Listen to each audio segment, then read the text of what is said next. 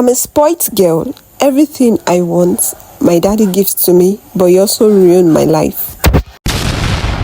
From the day Sarah was born, she carried attention with her. Strangers stopped her father in the street to say, Papa Sarah, your daughter is too fine. Her bride price fees reach 50 million.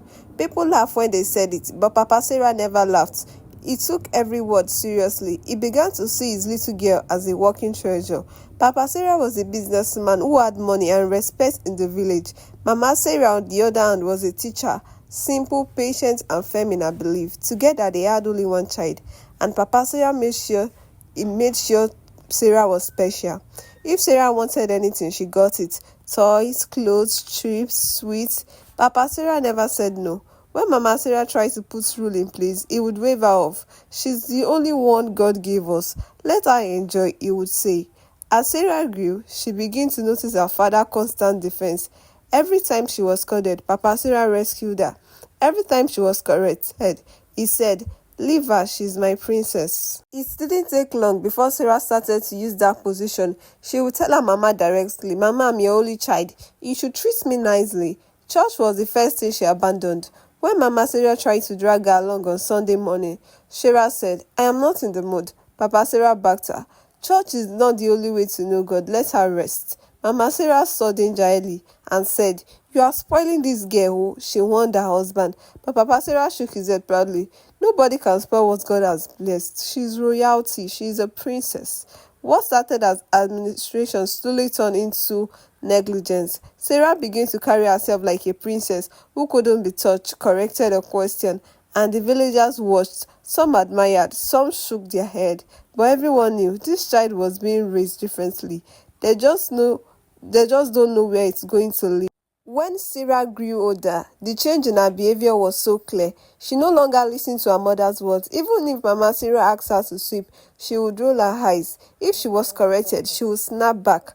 One evening, Sarah tried to talk to her gently. Mama Sarah said, You can speak to your elder gently, Sarah. You need respect. You need to respect people. Sarah didn't blink. Mama, leave me. I am your child.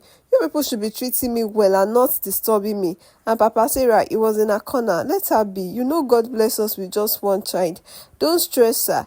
It becomes routine. If Mama Sarah wanted to set rule, Papa Sarah will cancel it. If Mama Sarah warned her about her friends or habits, Papa Sarah would say, Let it be. Church was another battle. Sunday morning, Mama Sarah would dress up, hoping to go to church with her daughter. Sarah would say, I don't feel like going. And Papa Sarah would say, Church is not by force. She will serve God in her own way. Mama Sarah's heart was heavy. She tried to talk to her husband one night.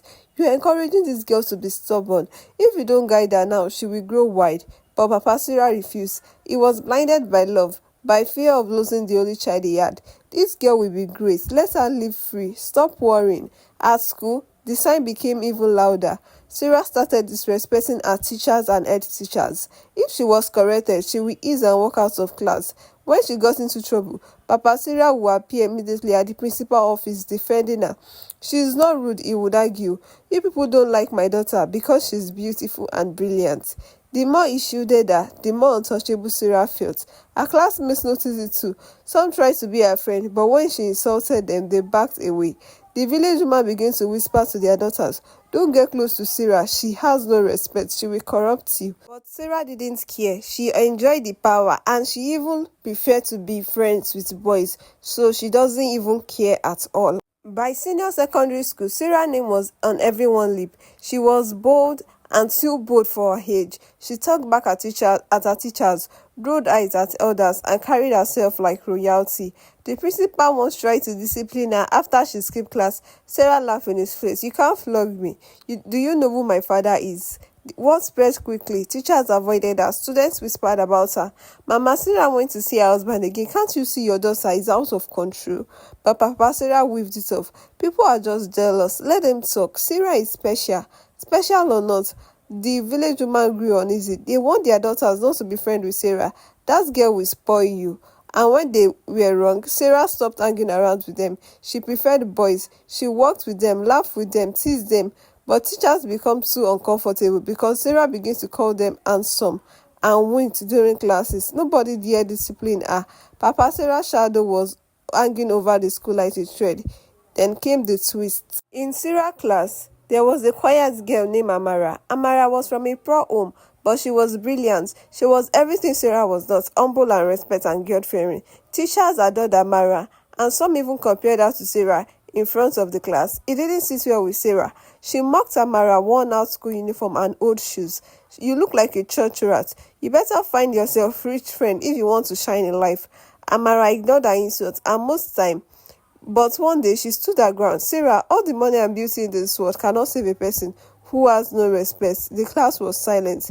No one had ever spoken to Sarah this No one has ever spoken to Sarah this way. Sarah flared up, shouted, and pushed Amara. Later that day, Amara's mother visited. Mama Sarah, she spoke softly and firmly.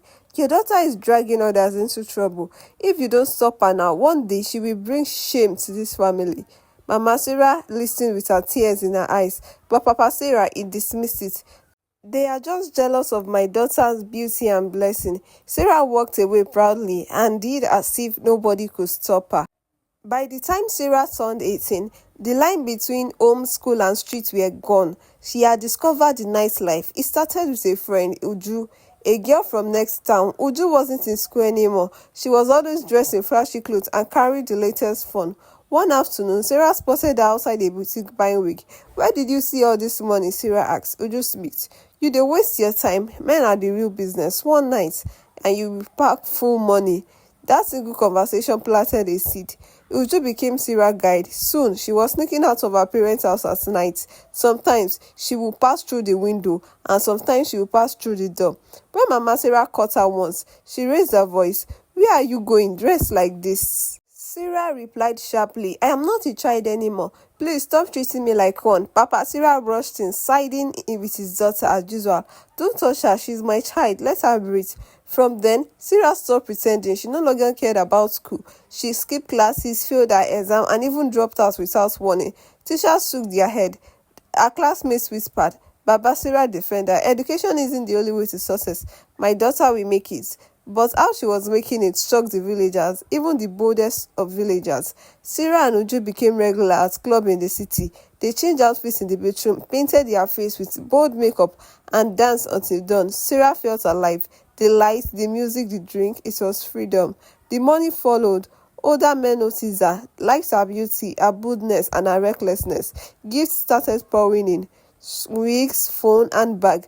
She began asking for more. I want a car. I need a new iPhone. I must travel. And men gave because Sarah was never shy about her demanding. Mama Sarah broke daily. She begged her husband to intervene. She's going down the wrong path. We are losing her. But Papa Sarah still clung to his old line. Don't worry. My daughter knows what she's doing. What he did not know that Sarah had stepped into another world where one wrong deal could end everything. And that wrong deal was coming closer. By now, Sarah was living a double life. At home, she acted like nothing was wrong. In the city, she was a different person, chasing money, luxury, and attention. That one night, at an high-end club, she met him. His name was Chief Darlington, a man in his late 50s, wealthy and feared. People whispered that he had connection with politicians and in a dangerous cycle. Sarah didn't care. She was only after his diamond wristwatch and the note he sprayed on her while she was dancing. After the club, his driver dropped her at the hotel. Chief leaned at the back of the couch. He said, that is why I like you. I don't use protection, but I will pay you 10 million naira tonight. Sarah laughed. 10 million naira. That's one no ritual. Add 5 million more, 15 million, then we go talk. He smiled, impressed by audacity. Done. He made the call, and within minutes, an alert entered her account. Sarah's eyes widened. This was the biggest money she has ever seen. The deal was sealed. The next morning, she flaunted her new bag and wig on social media. Enjoyment galore. This life now one. I go use this money pay everybody. But the villagers noticed a rapid change. Expensive clothes, new phone, constant trip. Some suspected that no one dared confront her. Papa Sarah even busted. My daughter is enjoying life because she's destined for greatness. But he didn't know that was the beginning of his daughter's end. Chief Darlington became a regular client. Sometimes he gave her money, other times he introduced her to his wealthy friend. Sarah believed she was untouchable, but behind her back, whispers again. One of Uju's friends, a girl named BC, pulled aside one night. Be careful, the man you are seeing. People say women who follow them don't last long. Sarah is. Jealousy dey worry you, go and find your own clients. But Bisi was right. Chief Darlington wasn't just wealthy, he was reckless. And the lifestyle he dragged Sarah into was eating away her health, her reputation, and soon her life. The sign will appear sooner than she expected. It started small, a small headache, and it wouldn't go away. At first, Sarah brushed it off. Now stress from enjoyment, but she told Uju, but soon her body began to change. She started losing weight rapidly. Her glowing skin looked pale, and clothes no longer fit her, and she started losing her hair also. Mama Sarah noticed it first. Sarah, are you okay? You don't look well. Sarah snapped. Mama, abeg leave me, nothing dey do me. But when she fainted one afternoon in the living room, panic spread through the house. Papa Sarah rushed her to the hospital in town. The test came back at first, malaria negative, typhoid negative. The doctor frowned. We need to do HIV test. Sarah sat up immediately. God forbid, I don't get that kind of thing. Mama Sarah held her hand. Let them do it, my child. The HIV results came back positive. Papa Sarah collapsed on the floor. No, not my child, not my Sarah. Mama Sarah wept with her crying voice. The doctor tried to calm them down. She can still live a full life with proper medication. HIV is not a death threat. The problem is not the sickness, it is the stigma. But outside the hospital walls, the news spread fast. The same villagers who once admired Sarah now look at her with shock. So this is what her beauty has led her to, one old woman said. Women who had once wanted their daughter now feel that they are right. We told you, you spoiled her, you never allowed correction. Papa Sarah couldn't bear it. He stopped leaving the house, ashamed of the whisper that followed him everywhere. For years, he had defended Sarah's recklessness, but now he has no defense left. At home, Sarah stared at herself in the mirror. Her beauty was fading. The things she has built upon her life. She now remembered the nights of clubbing, the deals, the laughter, the pride. Now, all she had was pills on her bed. For the first time in life, Sarah felt empty. Her father avoided her eyes. Her mother prayed day and night. And Sarah began to wonder if God had abandoned her, or if it was his way of calling her back. 3 years has passed. Sarah's life slowly slowed down. No more club, no more flashy friends. Uju, her friend, disappeared. Even the men who once chased her stopped calling her. All she was left with was her family and God. At first, she fought the reality of her condition. She hated the pills, hated the way people looked at her. But slowly, something shifted. One night, after crying herself to sleep, she picked up a Bible that had been in her room since. She opened it randomly, and it says, if anyone is in Christ, he is a new creation.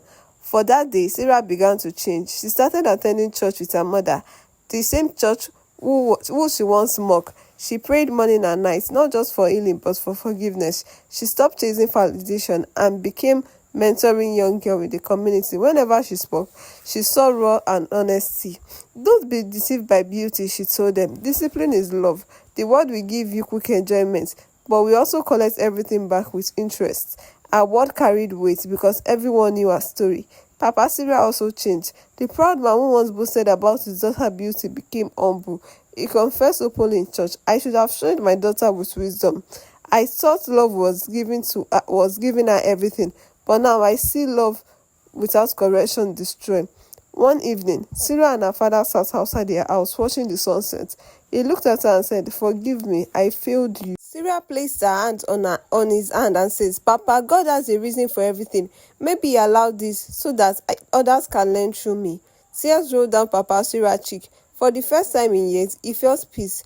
Though Sarah's health remained fragile, her spirit grew stronger. She became a testimony in the village.